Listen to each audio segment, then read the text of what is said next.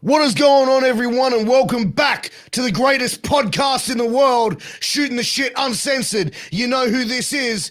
It's the dad bod god, the truth, the bald, the beard, and the fucking beautiful Piers Austin. And tonight, man, we got a special one for all of you. We got the big man himself, the giant motherfucking Kyote in the building. And man, we're going to be shooting hard on a lot of shit tonight. So you're in for a treat. But before we get into that, you know I need to take a quick pause for that cause to tell you about our amazing sponsor, and that is Sleefs.com. SLEEFS, Sleefs.com. Now listen, if you or someone you know is an athlete, you need to go and check out Sleefs.com. Even if you're a wannabe athlete, go to Sleefs and get all that swag, bro. They've got armbands, compression pants, compression shorts, headbands, boots, mouth guards, and you know I'm going to mention those dirty boxes that you know I'm always rocking underneath these jeans, baby. Now, these boxes, man, I tell you what, I'm a busy motherfucking dude, bro. I work full time.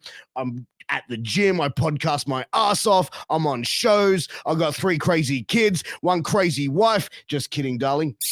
But these boxes are the most comfortable boxes that I own. I got rid of all the other shit. These stay dry, they stay fresh, and they've got funky designs on the front of them, which keep Mrs. Austin giggling on what's on the front of my boxes and not what's inside them. So go and check out Sleeps.com. Use that promo code MWAPOD to get a 10% discount on your final purchase. Also, wherever you're tuning in, I appreciate it if you're tuning on YouTube. Please like, share, subscribe, hit the bell to stay notified. You know what? It helps with our analytics. It helps us bring more amazing conversations to more amazing people. So share it with your aunties, your uncles, your mothers, your fathers, your cousins, your sisters, your brothers, your stepbrothers, your stepsisters, your second cousins, your third cousins, your enemies, everyone. Because we're bringing you some of the best content in the world, baby, right here. Because we're bringing professional wrestling, mixed martial arts, boxing, music, comedy, people from all around the world here on this podcast. And we bring you some of the craziest, most hectic stories in the fucking world. So get to clicking and tap in. And if you're listening on a podcast platform, please do your boy a favor and give us a 5-star review. That shit helps us reach more people and bring more amazing conversations to more amazing people like yourselves. So get to clicking and get in. But right now, let's get in to my conversation with the one, the only, the great, giant motherfucking Kyote, baby.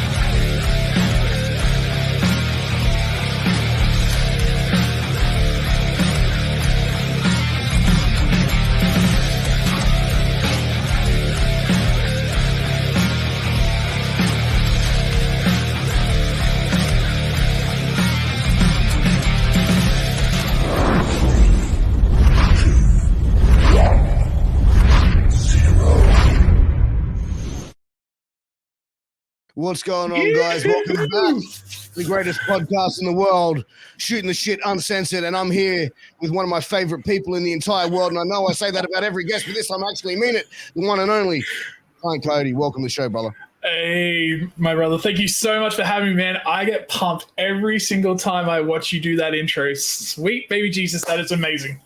Love it, man. Thank you. You know what, bro? Like, my producers have been talking to me and they want to like shorten that shit right down. Oh, really? Like, and second intro, bro. Like, they said, yeah, man. Nah, you can't change it, man. It's like, you know, having the intro is what brings people in. Like, with like my Twitch streams and stuff, man. You got to have that intro. And when people see yours, man, they're like, Piers is on. It's time to shoot the shit. Let's go. Like, you get them hyped, man. That's what you need. Oh, thanks, man, bro. But, you know, like, dude, like, I appreciate, you know, checking out and, you know, getting into the show, man. And you know, yeah, man. The show sort of taking a big sort of, you know, deep dive in many Hell yeah, different man. ways of So good. professional in this country, man. So yeah, no, it's been a lot of fun, bro. But dude, talking about Twitch streaming, man, like when did you start getting into streaming and getting into that sort of deal? So I started streaming in August of 2020, and the reason behind that was at the time I was out with an injury plus COVID and all that jazz, and I had been scheduled for a full foot reconstruction, and I was like, well, I'm going to be literally at home not doing anything for 6 to 12 months. And I saw guys like Shippy, Jake Nova, and a couple other Aussie wrestlers getting into Twitch, and I thought, man, I love video games. I've worked in the gaming industry. Why not give it a shot? And I started on August 20th, 2020. I got affiliate with Twitch a week later, and I've been streaming ever since. So I love it, man. Yeah, I absolutely love it. Dude, like even seeing like we talk about like the intros and stuff, bro. And bro, I follow you on TikTok, man. And one of the things like, bro, you have one of the most infectious personalities, bro, and I mean that like seeing, you know, thanks, just man. the excitement either when you get ready to it just oozes positivity, bro, and just a really sort of warm, positive feeling, bro. You know what I mean? And that's all I'm about, man. I'm all about positive vibes and good times, and you know, just I want everyone to have a safe, fun, happy place to come and hang out, man. Because like, the world can be an absolute shitstorm sometimes. So it's nice for people to come in, hang out, have a laugh. You know, playing games, talking wrestling, and just vibing, man. And it's so much fun because, like, for me, streaming's like another version of wrestling. Like, I can't wrestle at the moment, but it gives me a platform to perform on. And as long as you're yourself and you're real, and like you've probably noticed this with your own streams, you're just yourself, man. You're just having fun and enjoying it. And that's the secret I feel with streaming. Because like you'll see people who are like, "Oh, welcome to stream. Thanks for being here."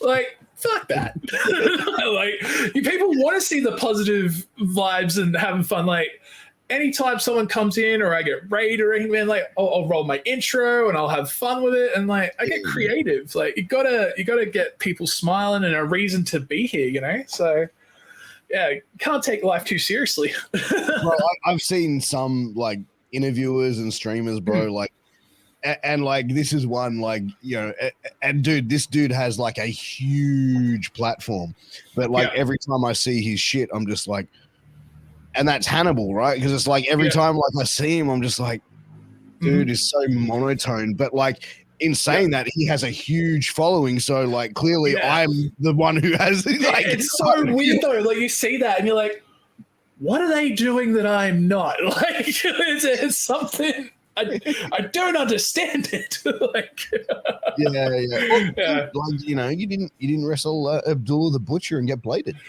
True. Well, yeah. Shit. There you go. I got set on fire in New Zealand. Does that count?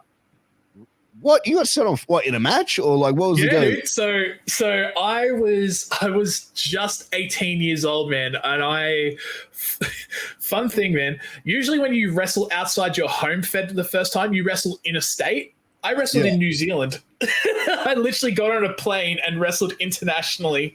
2 weeks after my 18th birthday, I was still in year 12, and I was wrestling for MIW, which is now IPW. Australia, and I was the hardcore champion at the time, and I went over to New Zealand to wrestle a guy named The Machine, who is a monster. Like he was 6'1", 6'2", built like a brick shithouse, and he had this like tribute mask to Mick Foley because he loved Foley, and the guy was nuts, man. Like he'd staple himself. Like I would have loved to seen him in like Crackers if they ever got to have a match, but.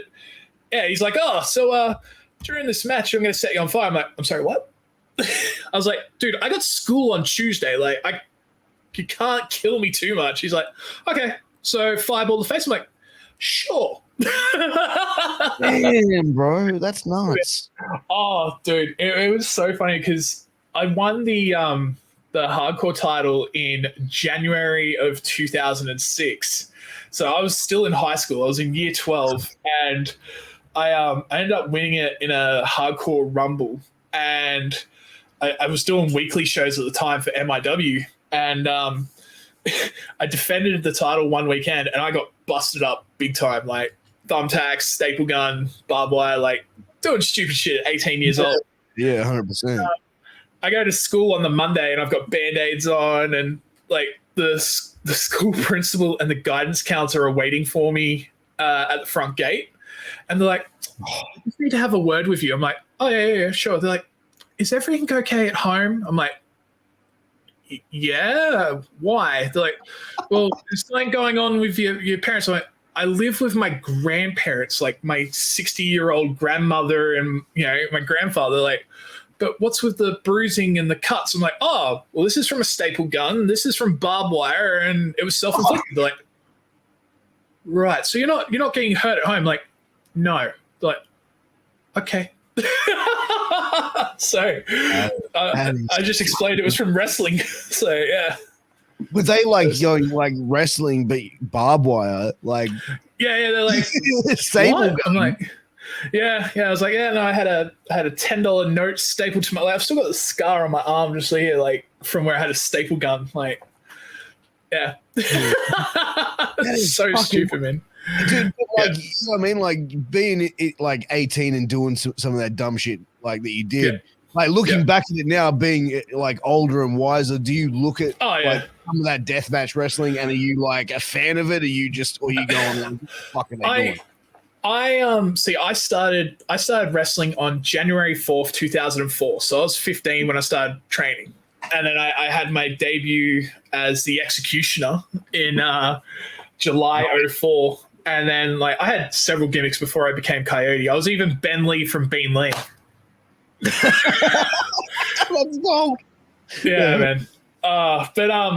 Like we did some like crazy matches in MIW, man. Like we did like cargo net matches where there was like literally a cargo net taped tied up to the side of the ring, and you had to climb up this net to grab the belt off the top. And like and then like one match we did was called the Junkyard Bash, and Hawk, the promoter and owner and my original trainer, God rest his soul, he came up with this concept called the Junkyard Bash, where he got 3 car bodies and literally put them around the ring, and we could use them as weapons.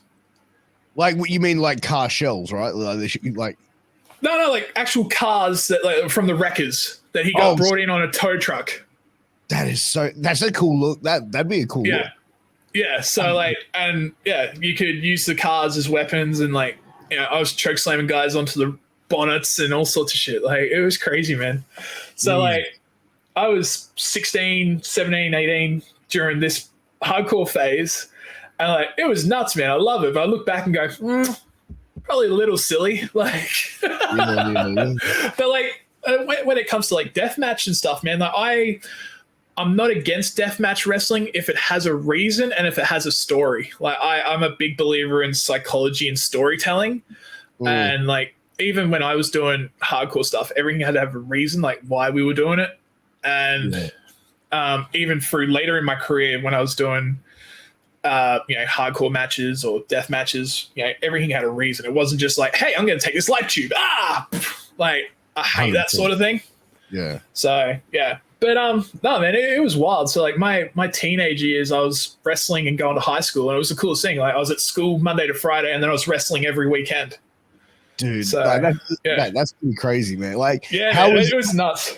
But how were you perceived in school? Like, how were like all our other students? Were they looking at you going like, "Look, badass dude," or were they like, "This wrestling"?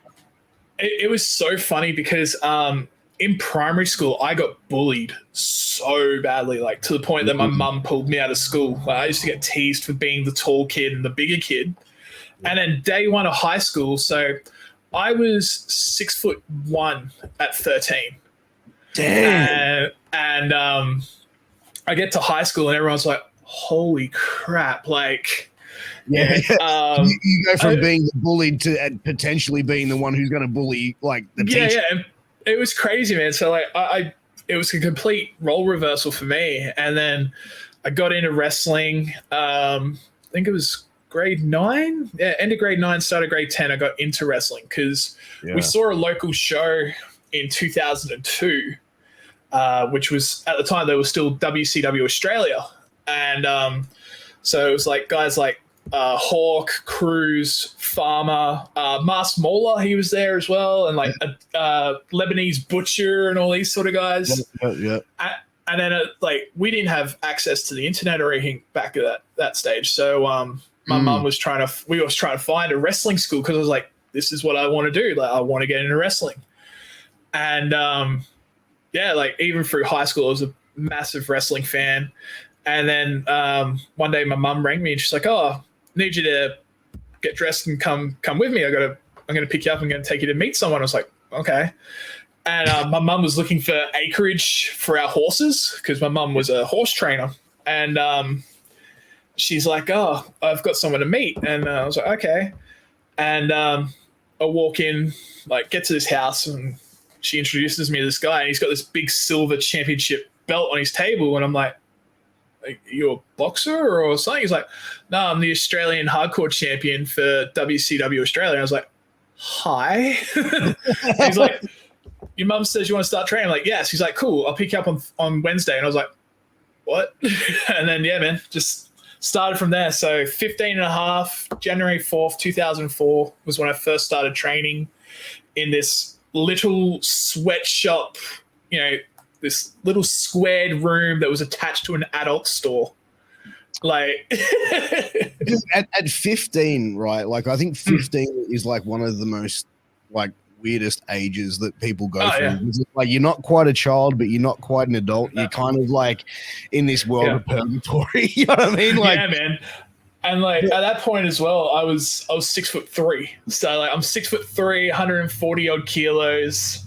Damn. Yeah, man. So like it was crazy. Like, did you like when you went in there? Like is it 15? Like I said, bro. Like your mind isn't really mature as an adult, but you're kind of like in that weird sort of spot. Like, were you going to go in there going, "Man, I'm going to be here training for like a week and then I'm going to go on the WWF"? No, like I obviously everyone has that sort of, man, this is it. Like I'm gonna be doing what I've always wanted to do, and next steps to WWE. And man, I was like, I sat down on the floor and I'm just watching these guys, and it's guys like BJ Blade, Nick Excel, Sweet Ass, Mason Childs, Aussie Wolverine, and I'm watching these guys. I'm like, this is it. This is amazing. And Hawk's like, so and Hawk's he was, man, I don't even know how to describe Hawk. He was literally one of a kind.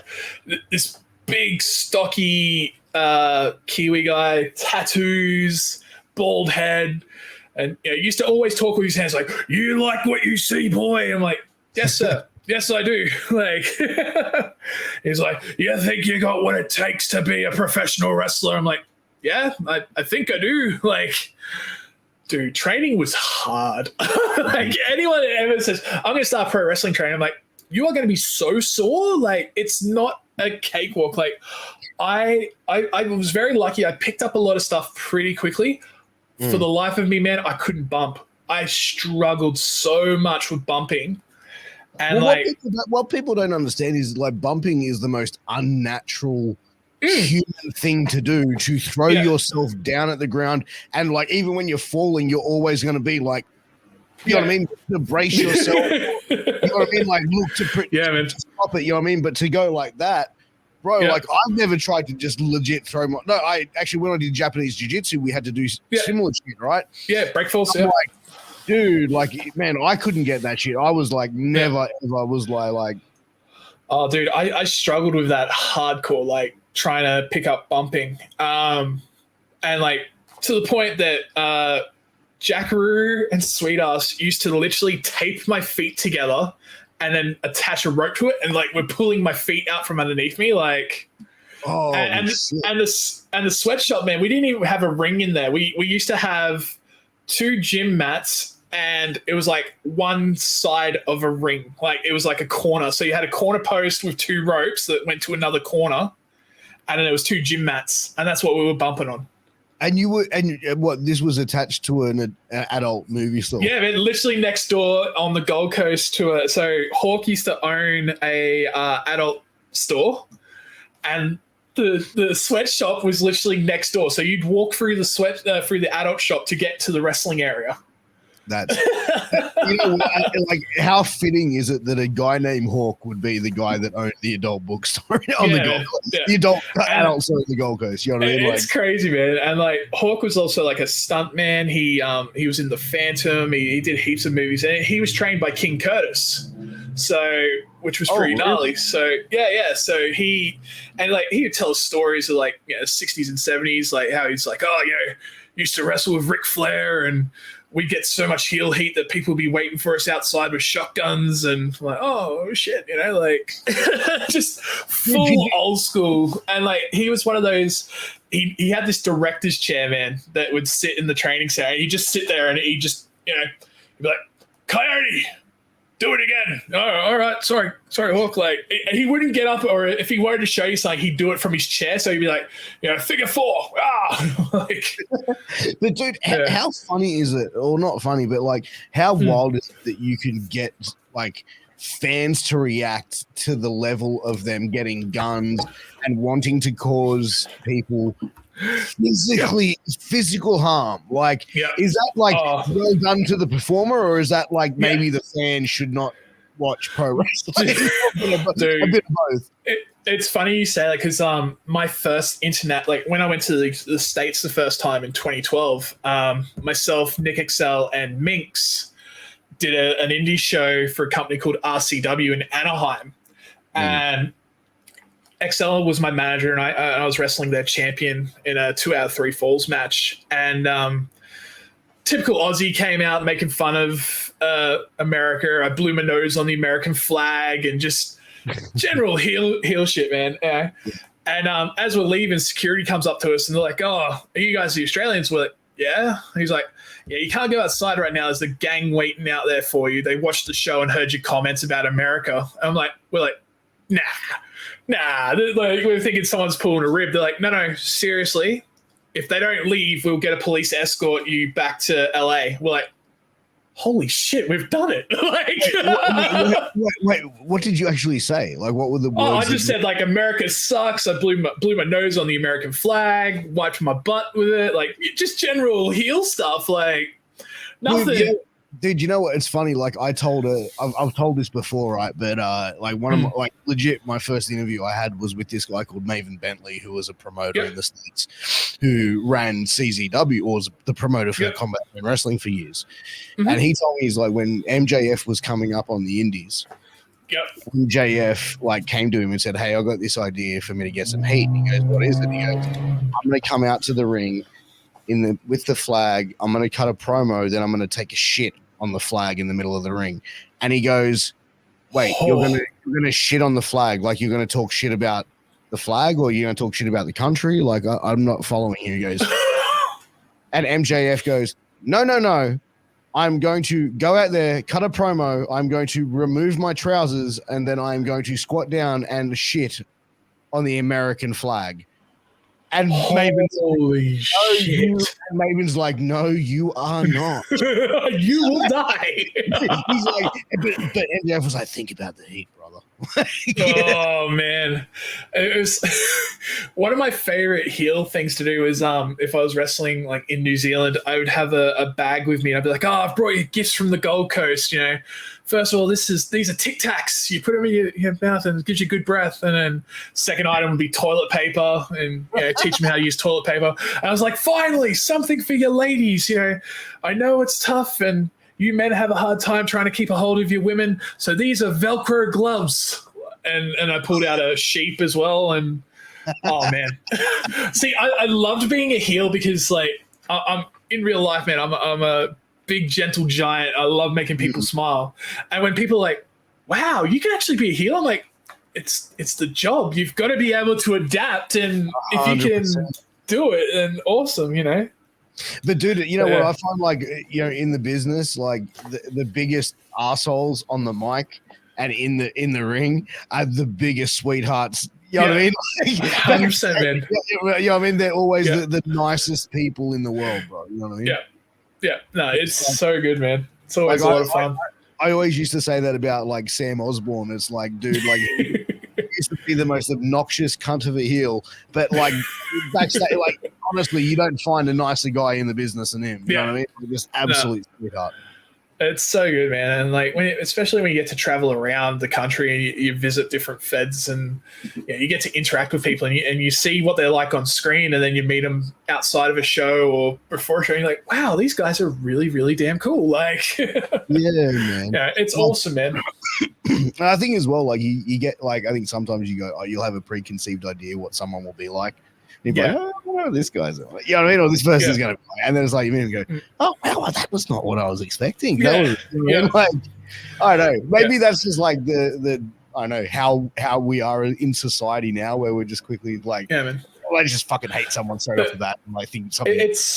It's so funny, man, because like I've always said that pro wrestlers or people in the pro wrestling industry don't fit in normal crowds, but then when we all come together, we just click. Like it's crazy how that is. Like it's so funny that some of us are like really socially awkward, or can't really hold up a conversation, but then when they're with our people, we just vibe, Yeah, man, and that's something like I think just comes like it is like it's just it's such a unique world.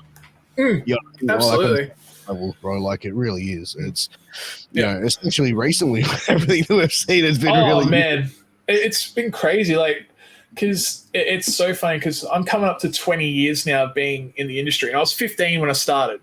And I'm now 35, and I'm a dad now. I've got 4 amazing kids, and especially with everything that I've gone through over the last sort of 5 years, it's so funny when I go to a show and see these new people coming up, and they're like, "Who's this guy? And why is he helping us?" And then people are like, "Dude, that's Kyote." Like, oh, it's like, no, man, I'm just here to help. Like, I'm not trying to. It's just so funny the way people look at it, and.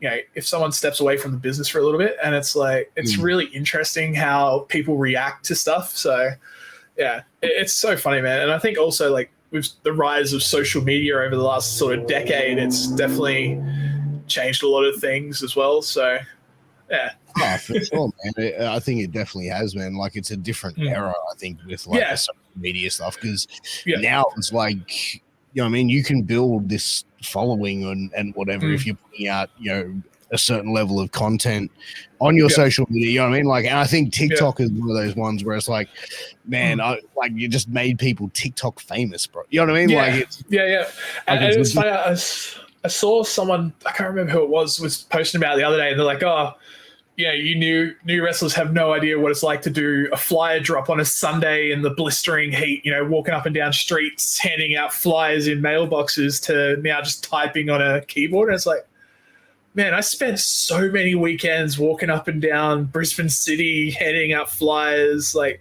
here's a pro wrestling show, come check it out. They're like, what? Dude, like, it's, I mean, I think that every generation is going to look back at the one after them and think, back in my day, we used to do shit a lot differently. Yeah. Sorry, go on. No, you're right, dude. I was just going to say, like, I feel like when you look at it, what I said before is like we always look at something to complain at or something. And I think that's where it comes down to as well. Like, it's funny how, like, it's so much easier to say something negative than it is to say something positive. Like if someone has like a negative experience with something, they'll tell as many people, they'll promote it on social media, they'll do anything like that. But if they have like a really positive experience and someone who is in a customer service type role has been exceptional to them, you know what I mean? Like, there's nothing, like there's not even a mention. But as soon as there's the slightest bit of negativity connotation on it, they want people to blow that shit up. And the problem with that too is then that's where like Chinese whispers comes in, and it's like, oh, this person said this. Well, no, it was this, but it's been twisted into that. And you're right. It's like people seem to only post about the negative things rather than the positive. Like, I remember there were times where I had matches with people, and I'd be like, God, please, anyone that's seeing this, please give this person a chance. Like I did it with like Lucas Daniels after I wrestled him in PC Dub. I was like, guy was an absolute beast. Like, and you know, guys like Kai Drake, Lucci, you know, they were guys that I spent a lot of time with during like the last sort of 5 years, sort of thing. And you know, you want to see people grow. You want to help the industry, and you know, it's really cool where you see where people are at now. Like for example, Mark Davis, for example. Davis and I went to high school together, and Really? my very first ever interaction with Davis was he came up to me one day and he's like, "Oh, hey man, have you seen Samoa Joe versus Kenta Kobashi?" And I was like, "You know about Ring of Honor?" Like I thought I was the only like, because like I didn't have many wrestling friends in high school. Like people watched WWE, but Yeah. they're like, "Oh yeah, I watched it on Foxtel." And yeah, Davis came up to me and he's like, "Oh yeah, I watched Samoa Joe and Kobashi, and I watch Ring of Honor, and I do tape trading and DVD trading." He's like, and that's how we hit it off, man. And he's like, "I'd like to get into wrestling." I was like, "Let's go, man. I'll get you going." Like. Wow. So yeah, and like to see Davis killing it, man, it makes me so happy. Like seeing guys that have gone on to do amazing things. Like same with Tony Storm. Like I was there when Tony did her first day of training. Like it's really cool to see that sort of stuff, man. Like and seeing people that I've worked with go on to amazing things, you know. And it's really cool when like my kids are now at that stage where they've become obsessed with wrestling. So we watch you know WWE all the time. And like, they'll be like, "Oh, Dad, do you know that person? Have you worked with them?" Or I'm like, yeah, I've worked with that one. They're like, "What?" I'm like, you know, they'll see Bronson, and I'm like, "Here's a photo of Bronson giving me a German suplex." They're like, "Oh, that's so cool!" and like Ryan, my eldest, he's obsessed with John Cena, and so I've been going back and showing him heaps of Cena stuff. And I was like, "Oh, I've met John Cena." He's like, "Really, Dad?" I'm like, yeah. You know, he was at ringside when I had my first WWE tryout. He's like, "Oh, that's so cool!" And like, you get to share these amazing moments with your kids, and like, it's awesome, man. Like, and just taking trips down memory lane, and then like, I'll show them some of my old stuff, and you know, they've been to shows before I got injured, but they're too young to remember it. But they've come and seen me do ring announcing over the last sort of 2 years, and oh man, it's awesome when you can share those sort of moments with your kids, you know? 100%, man. Like my kids, I think are a bit too young for it at this stage. Like I've tried to get him into wrestling. Like I mean, this WrestleMania 1. Now this is Hulk Hogan, because I'm thinking if the Ultimate Brother can't get him in there, like I don't know. You know what I mean? Like I was like, I'm gonna try, and that didn't work. So I think my kids are a bit too young for it. But it's so funny. Like Lily is obsessed with Rhea, and she's got Rhea's music saved on her tablet, and she plays it all the time. And they're all obsessed with like Cody Rhodes, and they'll sing his song and throw their arms out and like, "Whoa!" I'm like, yes. Funny, like my daughter, like my 5-year-old, she went through like little bits of stages with it, right? Like. Yeah, I mean, like she would sit there and be like, okay, she'd want to see like, oh, well, you know, Dad was at a wrestling show. Well, you know, here you can watch it. What I did on it, and then she'd sit there and then she'd see, oh, who is this person? I'm like, well, that's Shazza McKenzie. She's like, yeah, oh, girls can do this. I'm like, absolutely, girls can do it. And you see her little mind going, huh? You know what I mean? Like, and then it's so good. She's looking at her brothers going, "Come here." What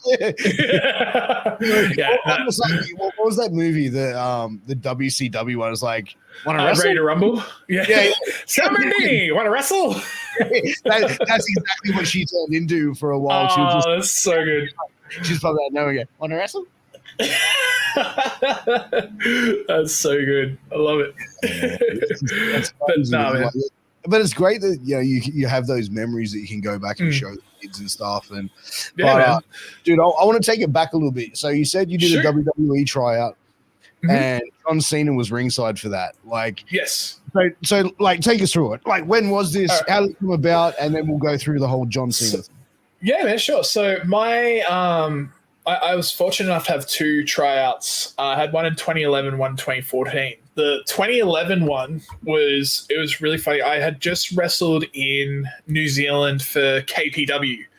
And KPW was owned and run by Rick Morgan, who was, I always get this wrong, Bushwhacker Luke's nephew.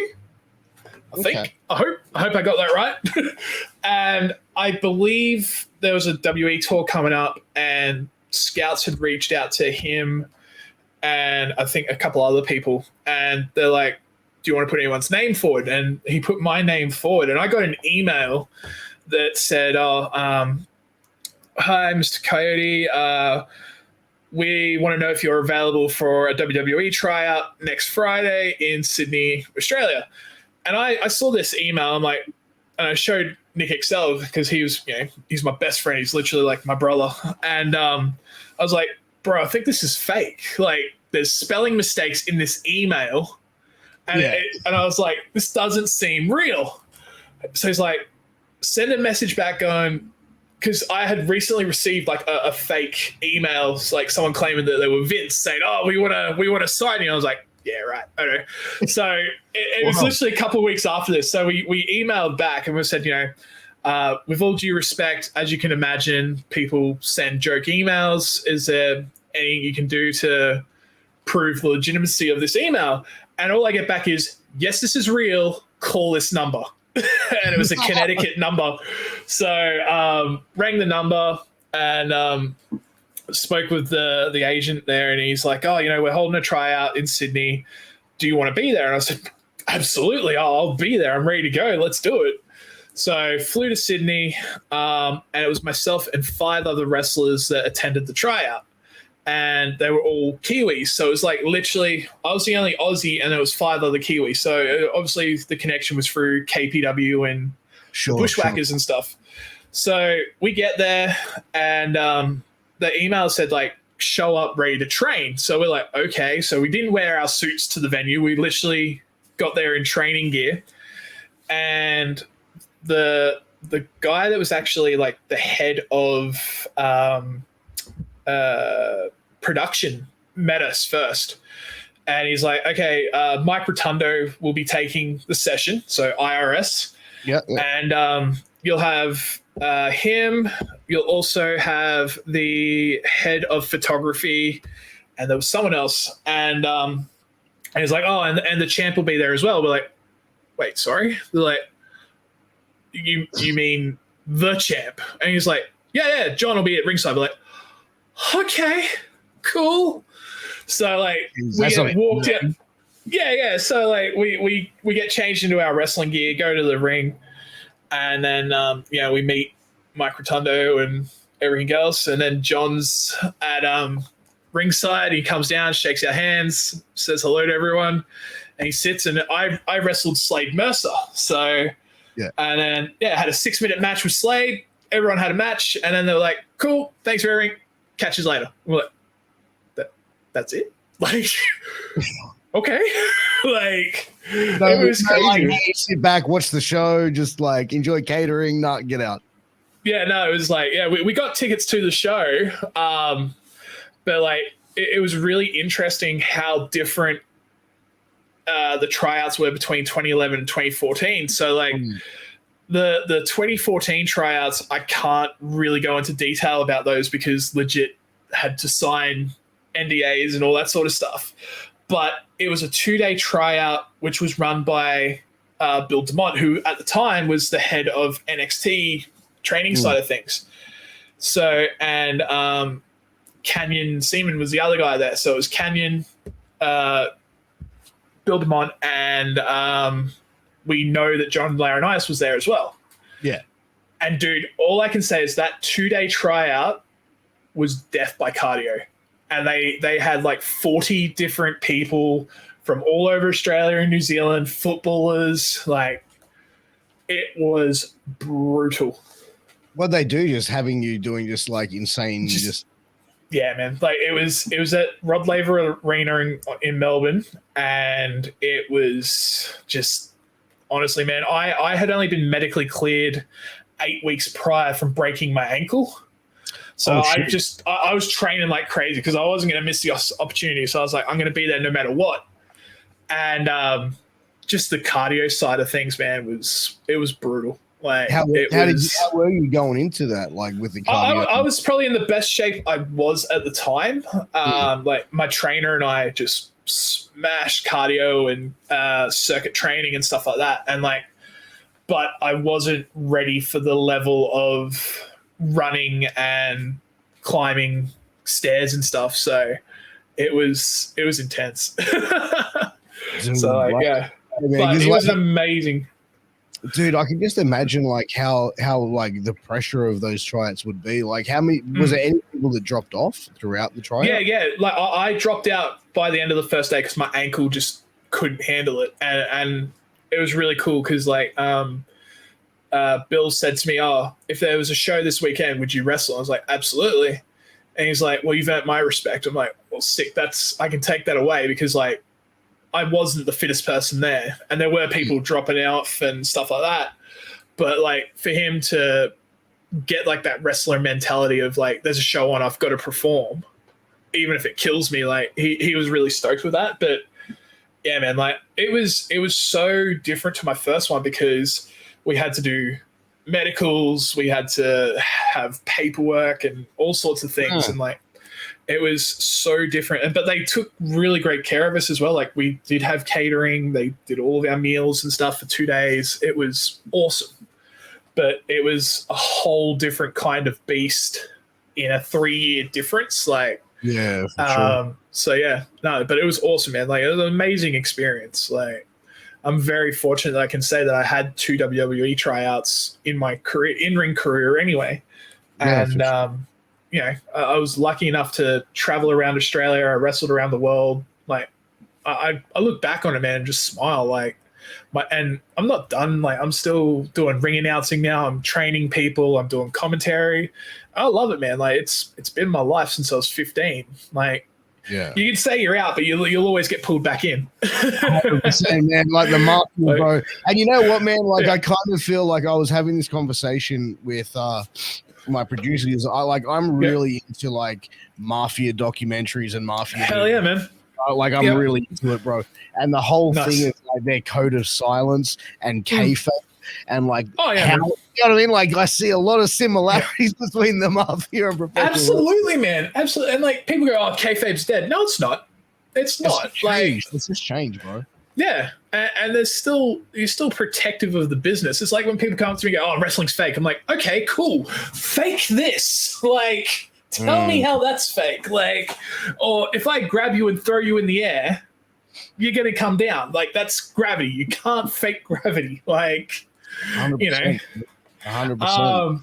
But like you don't let it. You know, you don't give away the secrets, man. It's like, you know, you keep it magical for kids and for people that still enjoy going to wrestling. Like you'll have people that go to shows that have never seen live wrestling, and you're their first memory of live wrestling. You want to make it spectacular. Like 100%. I remember Hawk saying that we're illusionists of pain and we're putting on a show. I like that. You know, yeah, dude, it's so cool. Yeah, it is, man, because it's like, you know what I mean? Like I feel, I don't know, man. When I hear people use the word fake, like it just like I did a podcast recently where like a worker was called it fake, and I was like, I was just like, like, you know what I mean? Like it still fires me up, man. It still fires me up to like, oh, you know, you do that fake stuff. No, I don't. Like, you know, I've literally given my life and my body to pro wrestling, and anyone that says it's fake, like they just don't get it. And you can't, no matter how trained you are, you can't fake gravity, or, you know, you're going to get slammed. It's going to hurt. Like, you know. But I feel like if you're a non-believer of this, like, and you're a non-fan of it, like there's nothing. And it's like the saying goes, you know what I mean? Like for those that believe, no explanation is needed. But for those who don't believe, no explanation will do. You know what I mean? Exactly, man. That's just the point of it, bro. Yeah. And it's interesting when you have people that are not believers in pro wrestling, and then they'll come to a show and they'll sit there, they'll watch it, and then they'll come up to you after you and they're like, "You guys actually hit each other?" We're like, "Yes, yes, we do. They're like, oh shit, like I thought it was all, like, I'm like, no. Like, we're trained how to not kill ourselves, but yeah. Mm-hmm. But it's funny as well, like, you see the level of how much people go into like hate on it, and then it's like, but like there's some people in the business that just don't understand. It's like they're like, oh, this person can't say that. They can say whatever the fuck they want. They don't like everyone. They don't like what you do. They don't like pro wrestling, and they don't care that you're upset about it. I'm sorry. Yeah. And that's a big thing my partner's taught me. Like she's taught me this over the last 5 years, sort of thing, that, people are not going to like everything that you do, or, like you as a person. Like, not everyone's going to have their own thoughts and feelings, and that's totally fine. And I've learned this because, like, I've always been a very big people pleaser. Like, I've always wanted to make sure that everyone is safe, happy, and having a good time, and they're enjoying themselves. But there are people out there that are going to be like, nah, don't like it, and that's cool. That's totally fine. I'm also, a big believer in, like, if you don't have anything nice to say, don't say anything at all. But if you do, at least let the other person hear what you have to say, and then, you either acknowledge it and move on. But, it's not worth getting into an argument with someone if they're going to go, oh, wrestling's fake, it's shit, it's not MMA. Cool. That's your thoughts. That's your opinions. Sweet as, man. And that's the thing. You're not going to change their mind. No, absolutely. And it's not your job to change their mind. Like, you just have to respect their thoughts and opinions. Like, that's, Like, dude, like, I'm 41. Like, I remember growing up and like being a pro wrestling fan, bro. Like, you almost never admitted that shit, bro. Like, you know what I mean? Like, the code of silence. Oh, you're that fake stuff, yeah. And then, like, as soon as word got around, it's like, oh, you like that fake wrestling? You know what I mean? Like, it's not real wrestling. I feel like now it's changed with that sort of stuff, man. Like, now it's like a lot more people are like, they see the stuff that I put online going, dude, what's got like the pro wrestling thing is sick. You know what I mean? Like the same people. Yeah, and that's it, man. As an adult now, see and go, how sick is what you're doing? Yeah, it's it, man. It's so cool as well. And like, and that's a big thing with wrestling too. Like, it's always evolving. It's always changing. And, it's like people that go, oh, old school's the only way. No, it's not. Like, our business is progressing, and that's okay. Like, people are going to love their deathmatch wrestling. People are going to love their technical wrestling, but as long as people can come together and love the product, then fuck, that's all that matters, Like, 100%. But you know what? Like, but wrestling to me, I feel like has lost a certain level of believability. And I feel like, dude, like, I see shows like on like shows that I'm on, but also shows that I watch on TV at the times that I do watch wrestling on TV, which is rare these days. You know what I mean? But like, dude, I see a guy like he's your size, like a big dude, right? Like pumping all over the ring for someone who's like, my size, who's 5'6", and I'm sitting there going, really? And the same people that are chanting this is awesome are the ones that complain that, intergender wrestling isn't believable, but they can believe that this 5'5" guy can just destroy the 6'7" monster, right? Yeah. No, exactly, man. Like, it's, and that was one of the biggest things I had to overcome in my earlier years of wrestling, was because I was, the biggest guy in Queensland wrestling, but there was no one else my size. I had to wrestle like a little person. So I was bumping for these smaller guys, but it wasn't until probably 2009, 2010 where I started to realize, hey, I can still bump for people, but I've got to make it more. And this is where storytelling and psychology comes in. So if you're chopping a tree down, you got to keep working the leg. Eventually, one big move, bam, you get a huge bump. And I owe a lot of that sort of psychology teaching through guys like Dingo Cannon. Like, Dingo has always been so supportive and helpful in my career. Even though he lives in Japan, like, he'll message me and be like, hey, bro, this is what I saw. This is what you should do. And like, I feel like also people are afraid to talk to their peers and be like, hey, what can I do to better myself in the ring? And I feel like there are people out there that don't want to help the next gen sort of thing, and I don't understand that. Like, I've been going back to shows now over the last sort of 6 to 12 months, and like I'll sit down and write notes, and I'll be like, "Hey guys, I've got some feedback if you'd like to hear it," and people really appreciate that. Or they'll come up to me after a show and be like, "Hey, how'd it go?" And I'll share those notes with them, like.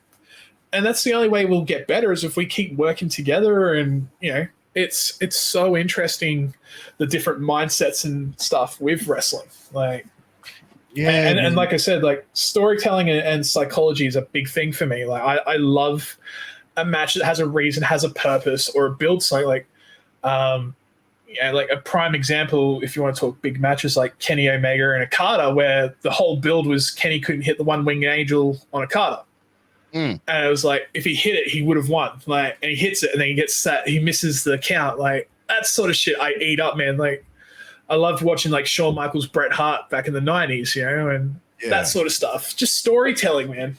Do you know what's really hilarious is I remember listening to an interview of Ricky the Dragon Steamboat, and he was telling a story that back when him and Flair were doing their thing in the 80s, that veterans back then were telling them that they were killing the business. Yep, absolutely. They are like, they need to slow down.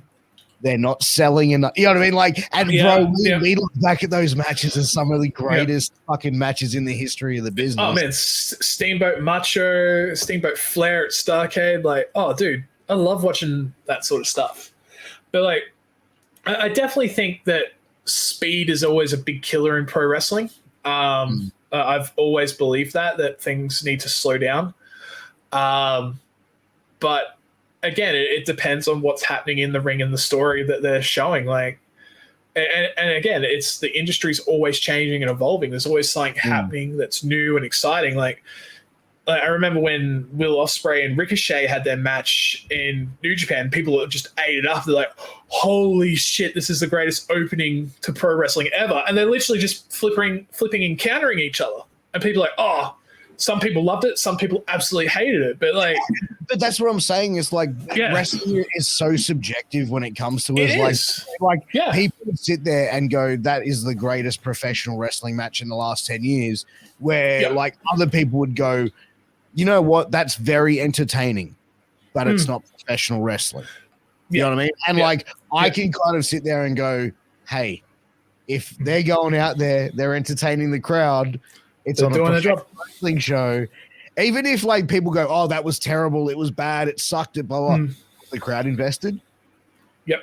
Did the baby face get a pop? Did the heel get heat? So where was it bad? Exactly. And that's one of the biggest things. And like, that's one of the things I say to a lot of the guys that I'm helping now is like, the biggest weapon you have in your ears, listen to the crowd. They're like, what do you mean? I'm like, if you've got the crowd eating out of your hand and they're reacting to what you're doing, then you're doing your job.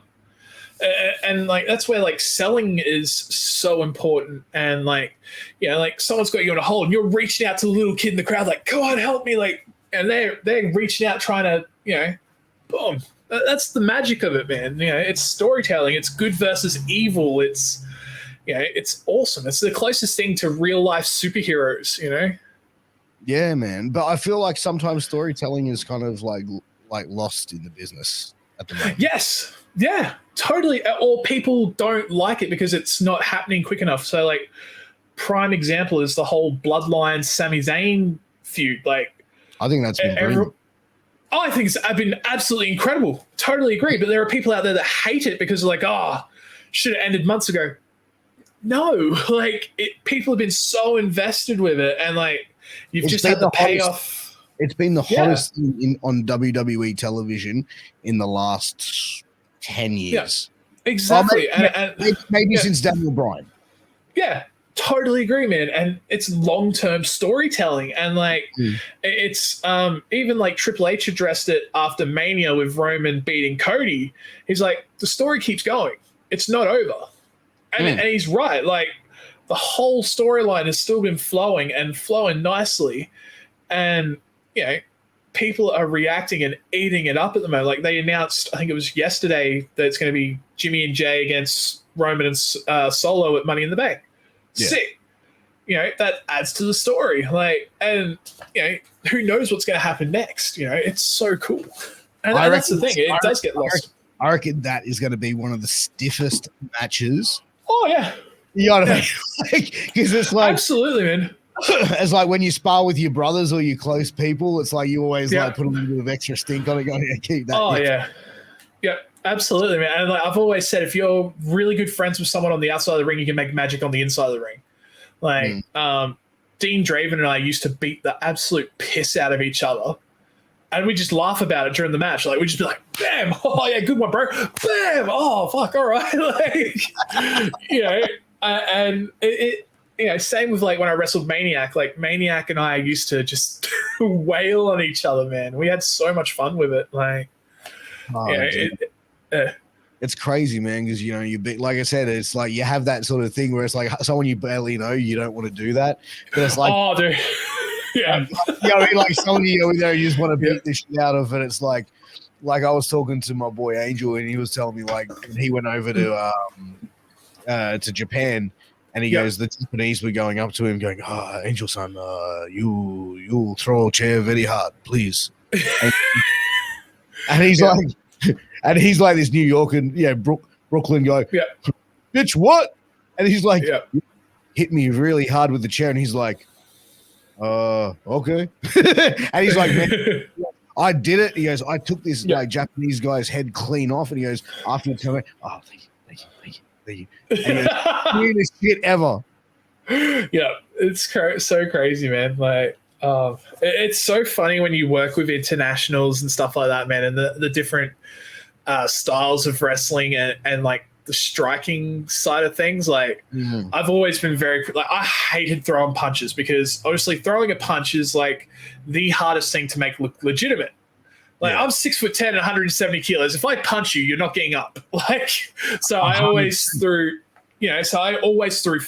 forearms, and like I always sort of throw like a gentle one, and they're like, oh, hit me a little harder. Okay, cool. Bam. Like, you don't just go, oh, hi. Yeah, go, hi, welcome. Bam. Like, Jesus. Hey, take this one, sunshine. Boom.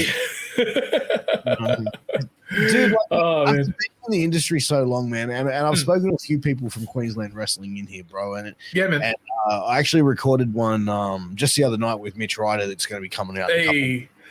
And Mitch. Yeah, he was kind of telling me, like, he's like, the scene was kind of like in Queensland was a bit seedy for a while, and then it sort of bro. A little bit. And it's really crazy, man. Like, when I started wrestling in Queensland, there was one Fed. There was literally only one Fed in all of Queensland. That was WCW Australia, MIW, IPW. Yeah. And then, myself and Mason Child started PWA Queensland in 2007. And, 2007 to 2010, man, was like, in my opinion, the golden age of Queensland wrestling, because we had the Rise of the Warriors tournaments. We were doing massive shows, bringing out international talent like, Chris Hero, Shadow Phoenix, and all these other guys, and also had people from every state coming and working our shows, like Damian Slater, Jag, all these amazing workers. And then there was, what I call the dark times, where from 2010 to 2013-14 is where shit just went rotten in Queensland wrestling. It was bad, man. Like, to the point that I packed my bags and I moved to WA. Like, I got to that point where I hated pro wrestling. I hated what had happened to Queensland wrestling and the stigma that was starting to build. And I moved to WA, man. It took working with guys like Dave Storm, Jared Slate, and working over in EPW and Schwa and NHP Dub to relight my fire and regain a perspective on pro wrestling. And then the rebuilding phase of Queensland. And it was weird, man. Like, from 2000, I'm going to say probably 2015 to 2018, Queensland wrestling would be like up, something would happen. And then it was like, and it's so wild, man, that there was there were times where shit was going so well, things were going great, everyone was working together, and then some sort of incident would happen, something would just derail the whole state. And like at one point, man, there was 11 feds in southeast Queensland. Jeez. Like, yeah, dude. Like, no word of a lie. So, like, yeah, you had like between Gold Coast and Sunshine Coast, there was 11 different companies in Queensland. That's insane. All using the same guys. Either people that had a falling out of a promoter and like, I'm off to start my own company. Like, it was crazy, man. And then like AWA sort of came along and started doing Grindhouse and the 18 plus side of shows and all that sort of stuff, and it was building up, and then again it would just crash, and I don't get it. And then the last sort of obviously COVID wrecked a fair bit of the Australian wrestling scene, and everyone's rebuilding and getting back into the swing of things, and like you're seeing some amazing things happen in the last sort of 12-18 months with Aussie wrestling. And I think Queensland's finally getting back to that stage now when you've got companies like Wide Bay Pro Wrestling and Pro Wrestling League, just killing it with these really well-run shows in good venues and with a great core of guys, as well as people behind the scenes who are not just marks with money in their pockets who are like, I'm going to be a wrestling promoter. Yeah. Like they actually are working. Yeah, man. And it happens like, and it's so good to see guys coming up and just smashing at the moment. So like, guys like Mitch Ryder, Tim Hayden, Bobby Bishop, Rick Riley, like, all these great guys who have been working so hard in Queensland to get their name out there and rebuild the scene. And they are, and they're putting the work in there. They're going to training. They're going to, training camps in different states. And that was a big thing that was missing in Queensland wrestling, was a decent training school. Like, we had the PWA dojo from 2007 to 2010, and then from 2010 to I think 3 Count opened in 2019, 2020. There was no actual Queensland wrestling training school other than the sweatshop down on the Gold Coast, and it was like people were just like training on show days, and you just can't do that. Like it's and I'm so grateful for people like Bobby Bishop and Lucille getting 3 Count up and running, and having a legitimate training school with great trainers in guys like Rufio, Mark Davis when he's here, and others. And you've also got a great bunch of Queensland guys and girls who are working so hard to show this other states, hey, Queensland wrestling's back. They're putting in the work. They're bringing in the numbers. And people are really starting to notice it now. And especially like guys like Queenslanders are getting booked in different states on big shows. Like, it's so good to see, man. And it's great that people are trying to, I don't want to say right the wrongs, but fix what went wrong in Queensland wrestling in that last sort of 5 to 10 year period. And there's definitely been a lot of changes with like promoters, bookers, and all that sort of stuff. But then you've got really great guys like Todd Eastman, who is putting in the work with Wide Bay and making it a really great company. And like, Wide Bay used to have this horrible stigma as well, man, when it first started. People were like, Wide Bay Pro Wrestling, really? Like, and I've sat down with Anthony and all them at Wide Bay, and I said, man, I love it here. Like, I've done several of their shows now as a ring announcer and helping their guys, but they also have learned and grown from those mistakes. So from that very first show in the rain, in a soccer field, cricket field, whatever it was, they've put in the work, man. And that's a great thing to see. Like, and, they're getting the rewards of all their hard work. So, it's really cool to see. And especially like, I haven't had an in-ring match since November 2019. I've done appearances in the ring and stuff like that, but it's so good to see the guys that I helped train back in 2014, 2015 when I came back to Queensland, that they're absolutely killing it now. They're that's cool. So it's awesome, man. Dude, it definitely is, man. Like, I think that the scene there is definitely picking up. You're seeing a lot of great talent coming there. You're seeing the recognition coming from there as well. I think the Three Count Academy is every top person I speak to, that place is getting put over. So clearly they're doing the right things. Dude, my next question, like, we are getting close, just over that 1 hour time, so I want to be respectful of time. But no, that's cool. One of the things I wanted to ask, bro, like the amputation, we saw you lift your leg up before, bro. What was the whole reason behind the leg removal, and what happened? So back in July 2018, I was wrestling at Venom Pro Wrestling. It was myself against Caveman Ugg. I was the VPW champion at the time, defending the title against Ugg. And essentially what happened was I caught Ugg as he was doing a crossbody, and I just landed wrong. It was no one's fault, freak accident. And I remember folding up, and it's crazy, man. Like, you look at the photo of when it happened and you would have thought I obliterated my left leg, but my right leg was totally flat on the floor and it was fine. Yeah. And I got diagnosed with a Liz Frank injury. So essentially it's like, the way they explain it is like all the energy in your foot literally goes from the bottom of your foot up to the top, meets, and then just goes boom. And I literally shattered the top of my foot. Got rushed to hospital that night, got checked out. They're like, oh, yeah, you've destroyed the top of your foot. We'll do surgery in a month. I was like, okay, cool. Had the surgery at one hospital, and then they put metalwork in, 16 screws and 2 plates in the top of my foot. So that's August 2018. So on my partner's birthday, I had that surgery. And then in April 2019, I had a screw pop out through the top of my foot from the metalwork. Yeah.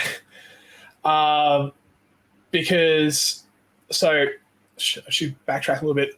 After I had the initial surgery, I was off work for 4 or 5 months, and then I went back to work doing security guarding and bodyguarding on New Year's Eve 2018. They're like, you're medically cleared. You can go back to training, go back to work, get back into wrestling. I was like, okay, cool. Went about my life like normal. 2019, April 2019, first screw pops. Get that removed. They're like, oh, it happens. It's rare that a metalwork pops out, but it's all good.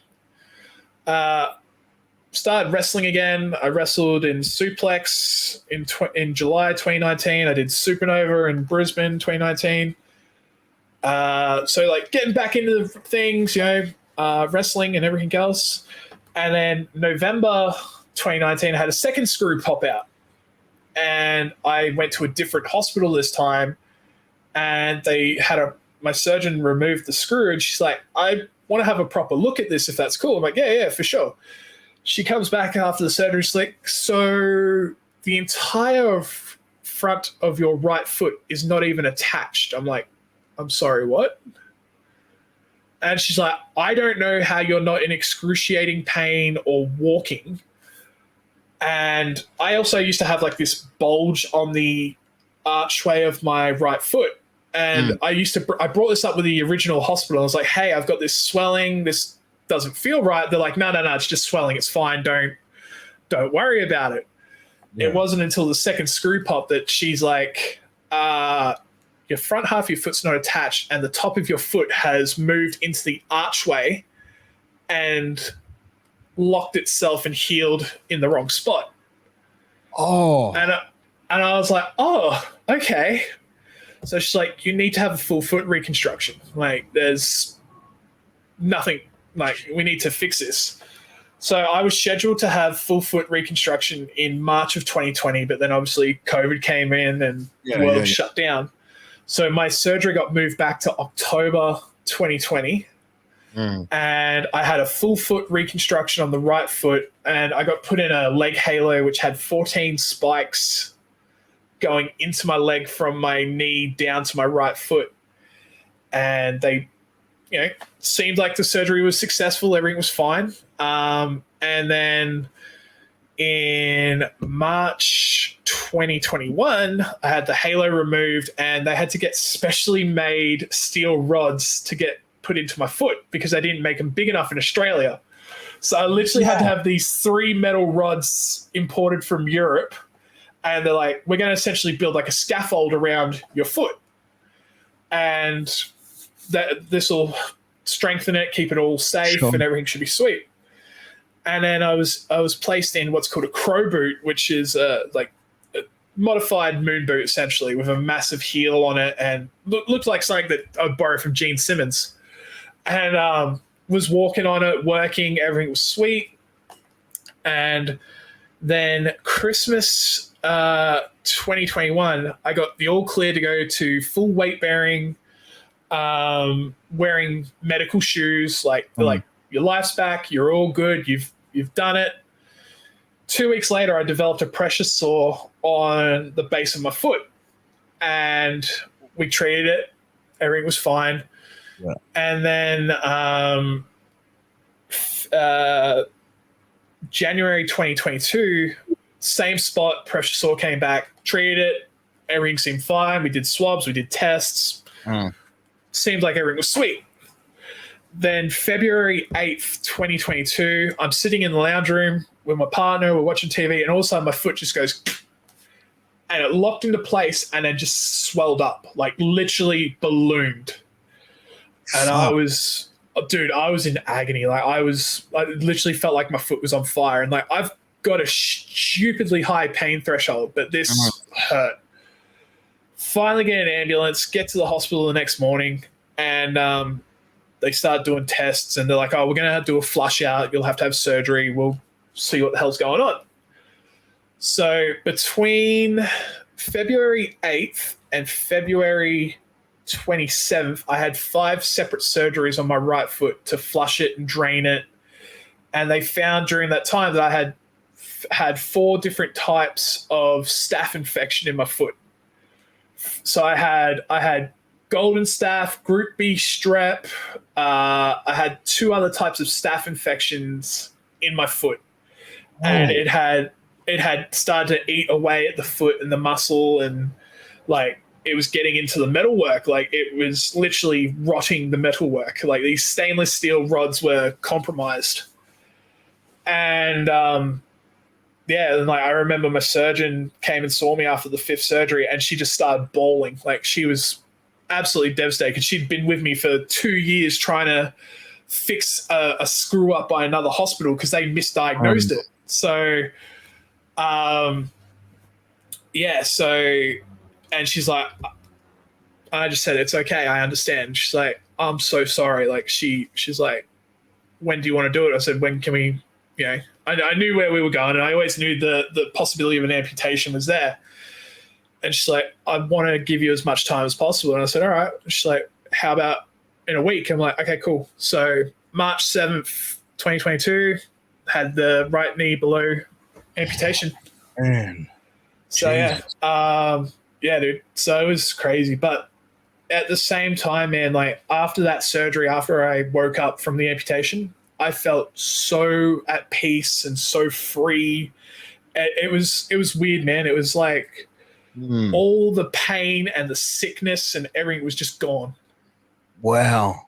So like it was the right call, but it was a very tough decision for my surgeons because they had fought so hard to fix this. And, several weeks prior, they're like, you're all good. We're discharging you. You're done. You've done it. You've had a full foot reconstruction. You've got your life back. Everything's sweet. And then they reckon it was just laying in there dormant. It was hiding, and they didn't know.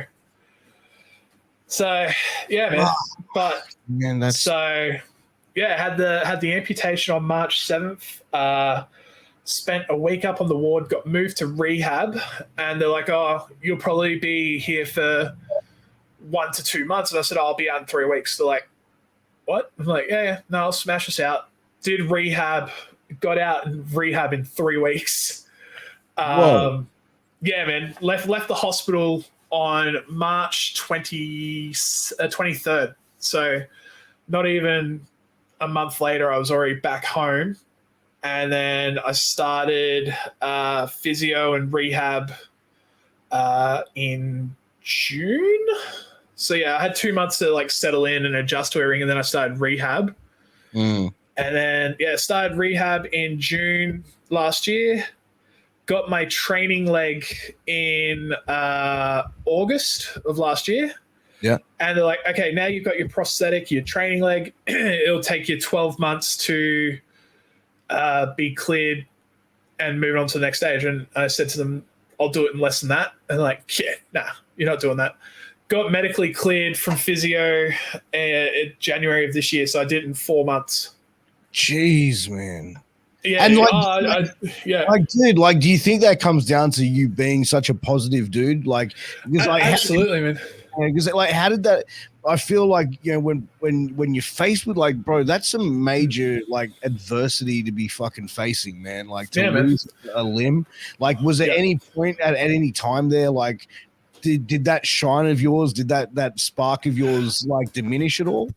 Oh yeah, man. Like I there was definitely hard days there, and it was especially just after I got my prosthetic and I saw like Queensland wrestling was really starting to boom, and I was like, man, I'm missing all this. Like it really hit that I was like, you know, and I've said to Em, my fiance, I was like, if I was selfish, I'd be wrestling right now. If I didn't have you and the kids, I'd be wrestling. I'd find a way to wrestle. I wouldn't care. And then I was like, no, I can't do that. That's selfish. Like I've got, and that's where I started to really adapt to the whole accepting that in-ring is over, but I can still help with other people. But I also know that my outlook and being positive is what helped me get to me where I am now. Like next week, I'm finally getting, because it's just been chaos trying to get an appointment. I'm finally getting set up with my definitive leg. So I'll be getting a new gym leg, a new swimming leg, and a walking leg.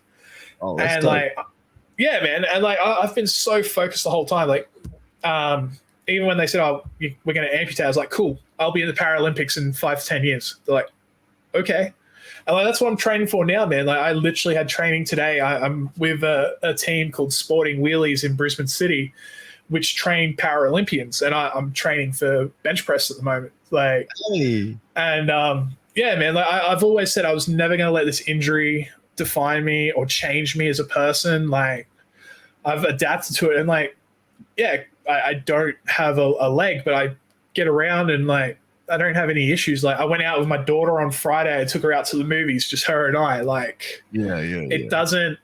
And like surgeons and specialists have all said, you know, it comes down to your mindset and your outlook on it, and that's what's helped heal. And I've had setbacks and stuff, man. Like there are times where my stump will get like some broken skin, and I can't wear my prosthetic for a few days, and I have to literally just move around on crutches or a wheelchair.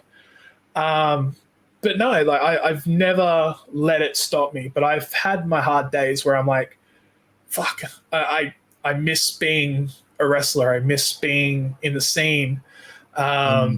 You know, but that's where I'm also very grateful for Twitch and streaming, because that gives me a platform to still perform and be the giant coyote. Yeah, for sure. But also like I love the fact that I'm able to give back now and like help the next generation of wrestlers and stuff like that. Like, you know, I've done some incredible shit, man. Like I started wrestling when I was 15. I had 2 WWE tryouts. I had a New Japan tryout. I wrestled, you know, Chris Hero, Colt Cabana, Bad Luck Fale, Christopher Daniels. Like I pinned Christopher Daniels. Like not many fucking people can say they did that, you know. And I only had 1 hour's notice. Like yeah, man. Like I'm so grateful for what I've done in pro wrestling and the friendships and that I've made and the adventures I've had. Like I would never change. Like I've had people ask me, "Oh, would you change things?" I'm like, no. Like losing my leg isn't anyone's fault. It's, you know, I don't blame it, because people will be like, "Oh, you must have really hard feelings against Ugg." I'm like, no, I don't. Like I spoke to him when I first got the news. I was like, "Hey man, this is where we're at. This is not your fault. Don't ever think that I'm angry at you."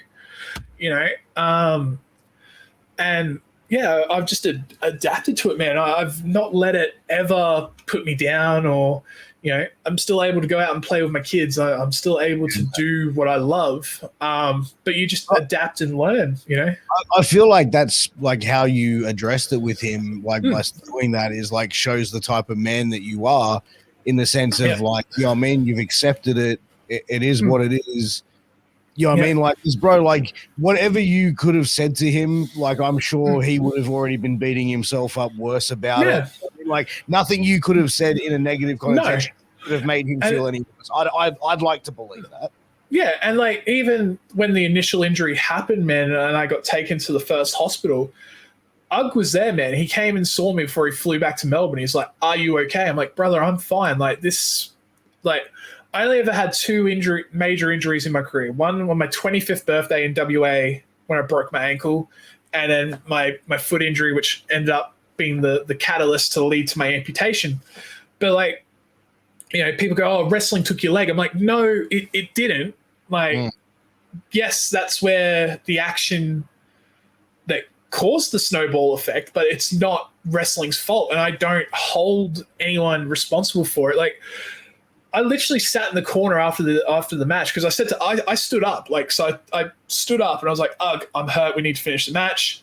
We finished it, and then I cut a promo sitting there in the ring waiting for the ambulance because I saw people. I'm like, "Well, that didn't go to plan, did it?" Like, just having a laugh and sat there the whole time, trying to keep everyone calm and chilled.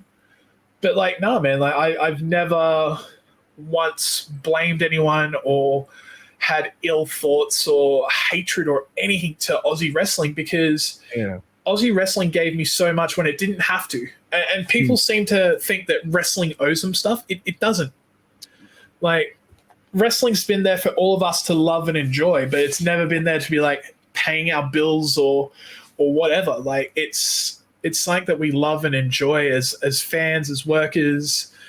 And, it's a wonderful ride, man. And like I say this all the time in a lot of my posts when I'm writing, motivational stuff and trying to make people smile. It's like the greatest adventure you'll ever have in life is the chase of your dreams. I like that. Yeah, man. Like you getting your dream goal or your dream car, whatever, is exciting, but it's the journey to it, man. Like, if I met, my 10-year-old self who grew up from a broken home and lived in the sugarcane fields and be like, "Hey man, you're going to be traveling the world wrestling. You're going to have 2 tryouts. You're going to be a 19-time champion." I would never have thought of it, man. Like, I'm so grateful for it. And like, as I said earlier, to see people that I grew up in the industry with go on to do amazing things, it's so cool, man. Like, it is so good. Yeah. It's good seeing that, and also, but having that thing where you can be happy for those people as well. Oh, absolutely. Like, because I feel like in a lot of like the entertainment world, especially as well, like people are like, "Oh, I'm so happy for you, motherfucker." I'm so proud of you. This. Yeah, man. No, it's hilarious. Like, it's so good to see, and like, especially when you can still stay in touch with those sort of people. I actually spoke to Mark Davis the other day, and I was like, "Man, it's so good to see you killing it." And we made a joke and be like, who would have thought 2 kids in high school would have gone on and done what they did? And it's so cool, man.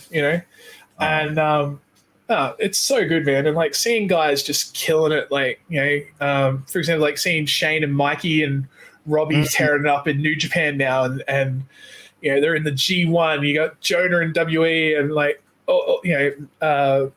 Grayson killing it over there and everything. Like, it's so good, man. Like, and that's what I love. I love seeing people. Yeah. Yeah, Aussies are finally getting their opportunity on that big stage, man, and it's absolutely, great. Man. Now there's a younger generation coming through that see that, and now it's like, wow, that dream is achievable. Whereas, this time and time again, 20 years ago, there were none. No, there wasn't, man. Because like back then, for a lot of us that came up in that period, there was only the WWE, and that was it. It was like, or you could be semi-successful living off the indies, but like it was always a grind, man. Like I was always so happy, and I've said this many, many times. Like, I was never in pro wrestling to make money. It was to create moments and memories, and like I used to love the fact that I would, finish school on a Friday afternoon, go to an airport, fly to a different state, spend the weekend in a different state, and then back in school on a Monday. Or like, as I got older and traveling overseas to wrestle and stuff like that, man, it's wild, It's wild experiences, man. It really is, bro. But I'll tell you what, man, we've been going for nearly an hour and a half. Yeah, I know. Dude, honestly, I think we're gonna have to do a part 2. Dude, I would love to. Anytime, man. I would love to do that. Yeah, man, absolutely. Hell bro. yeah. But I'll tell you what, man, where can everyone find you on social media? Where can they find you on Twitch channels, YouTube, all that sort of shit? So I am essentially all over social media as the Giant Coyote, Kyote. I'm on Twitch. I am actually returning to Twitch after having a break since my newest little cub arrived in the world. So I'm back on Twitch this weekend. I stream 5 days a week, every Tuesday to Saturday. I'm on Facebook as the Giant Coyote, Instagram. So yeah, find me all over social media, guys. There you go, man. Make sure you go and check out the next stream from the Giant Coyote. This has been Shoot the Shit Uncensored, and this has been, honestly, an amazing episode having you on, bro. I'm really looking forward to part 2. But this is the greatest podcast in the world, Shoot the Shit Uncensored. I am the truth, Piers Austin. Until next time, we'll see you again very soon. Take care. All the best. Peace.